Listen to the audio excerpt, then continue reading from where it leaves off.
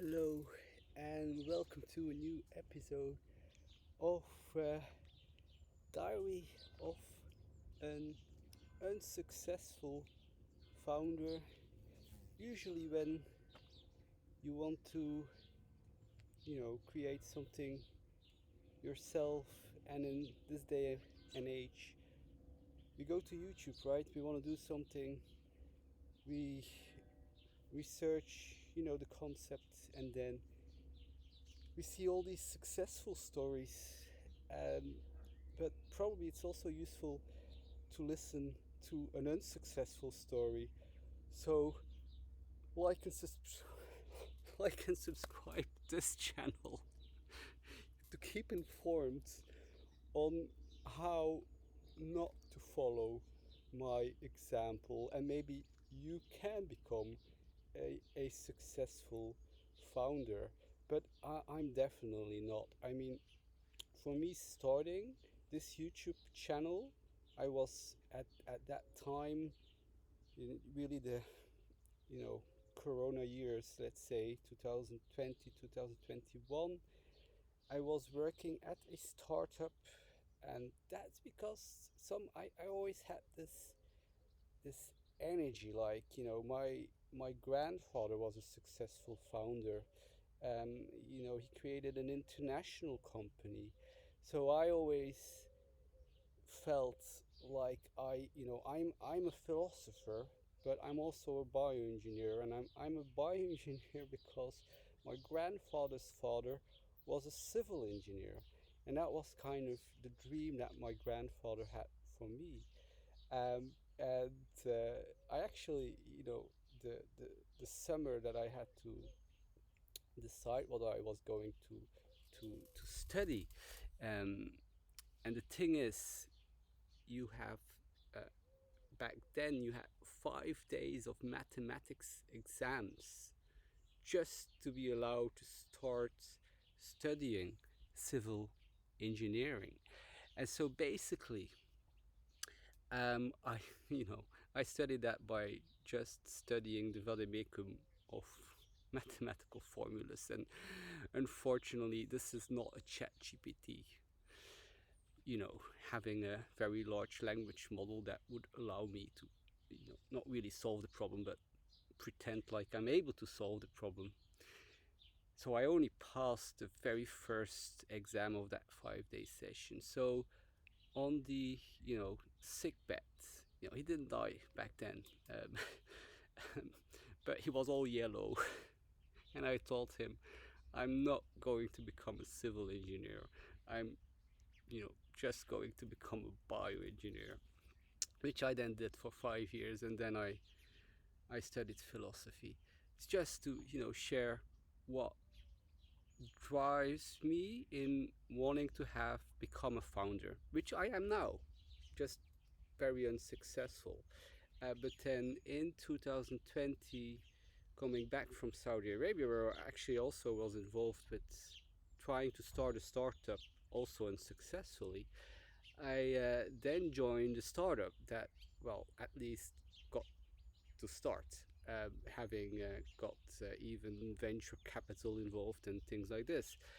Um, but I still, there I was just an employee, and I still had this urge, wanting to do something on my own.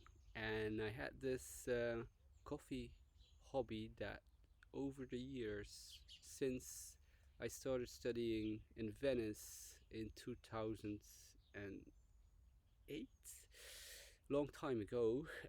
Actually, that was when I started to drink coffee. And that was very slowly over the years, just always increasing a little bit, up to the point that because of YouTube and seeing all these successful YouTube/coffee entrepreneurs, it's like, okay, if they can make it, so can I. So now I more or less make 2 videos to get one person subscribing. That's my average, and I'm proud about that, because I actually, I mean, in this series, I now ask you to like and subscribe, but usually I don't. It's so repetitive. Every video you have to, just 5 minutes, like and subscribe. So it's obvious, but people not creating. I'm actually, you know, despite being as a KPI, as an indicator, not being successful, I just like the process of making these videos. So then basically, um, that was not an official business. I did start my official business a good year ago, and I invested 10,000 euros. Now I'm at 4,000 euros. This is how unsuccessful I am. And the funny thing is, um, you know, this wanting to start a company goes goes goes back a long time. But I did this podcast with Michael Vlerik, and definitely check it out. It's on happiness and genetics, and this drive that I feel is probably genetic speaking here, wanting to do something. Um, that was actually a very small reunion with somebody I went to high school with, and I have not seen these people.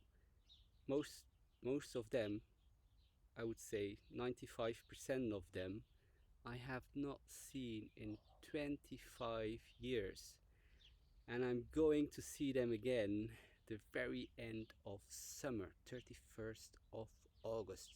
So that's not enough time to make a successful business. Now, I went to a school, very same school where the King of Belgium went to, so I guess it's not just genetics and people wanting to prove themselves in this scenario. It's probably, peer pressure. um, but yeah, so I've not been able to do that. I am proud of my civil work, let's say. So I am very happy in working on the biodiversity crisis. I'm not happy about the crisis itself, but I'm happy that I can try and seek out ways to have positive impact on the world, through analyzing biodiversity, through analyzing where coffees are coming from. That just fulfills me really. So, the fact that business wise I went from 10,000 to 4,000, not turning a profit, is because I'm so invested in my botanic garden work. So even though I'm unsuccessful using these indicators, I'm not unhappy actually. Um, but I am opening up here in this new series. I mean, this, despite not having successful sub-series on critical coffee considerations, I do almost have 50 now.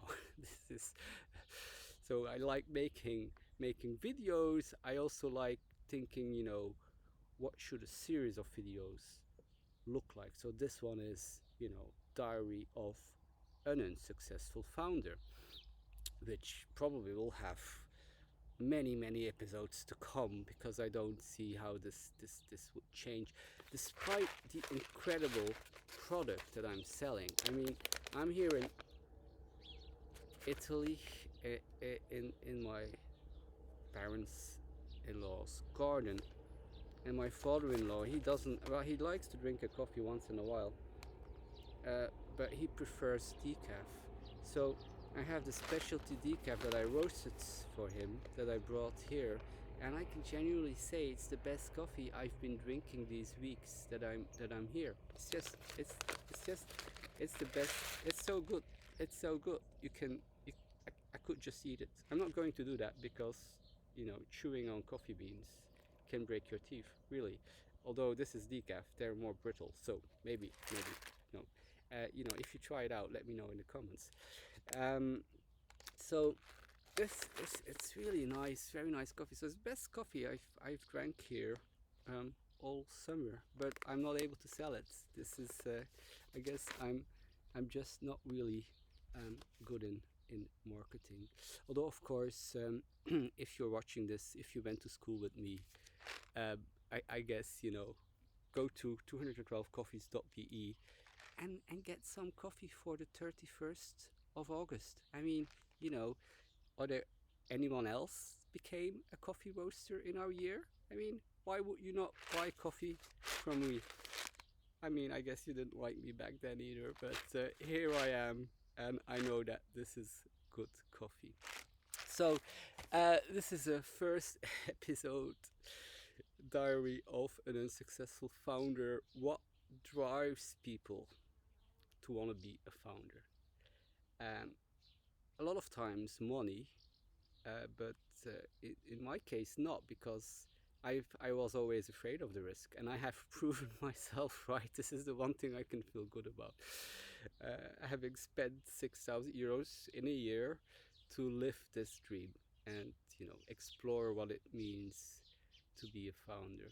And €6,000, I mean, if you take your family on a vacation for 2 weeks, you can easily spend that money as well, if you don't go camping. Now I have a holiday, actually 2 weeks of camping, so I hope we don't spend that much money. I also have a new Rossini opera, Zelmira, that I will be able to enjoy. I'm a big Rossini fan that you might pick up through different episodes on the channel, and I now almost annually go to the Rossini Opera Festival in Pesaro, and I'm especially excited when I get to listen, and see, of course, an opera of his that I've never even seen before. And I know most of you only know Barbiere de Sevilla, but go and explore Rossini. He was so inventive. He was really the Italian Mozart, but he lived a lot longer and he made a lot more operas. And yeah, he did do cut and paste, but that was his style. And actually, I know in Zelmira there will be bits that I will recognize from other operas, but you know that's how you learn actually to appreciate it. So that's for my near future. So it will be 2 weeks of not thinking about work, not my botanic garden, not coffee roasting. I will be drinking a lot of coffee as I go on my travels here. But yeah, other than that, I will do my best to disconnect. So I hope this series will prove helpful for potential founders out there, or maybe founders that have met difficulty, which that's what we do. It's the survival of the fittest, and especially in coffee, there, because it's an easy entry market.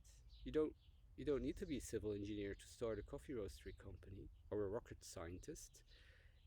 It's so simple. You should try it yourself. I shouldn't be saying that, but well, I should be saying, you're not competition for me because I'm not successful. It is fun to do.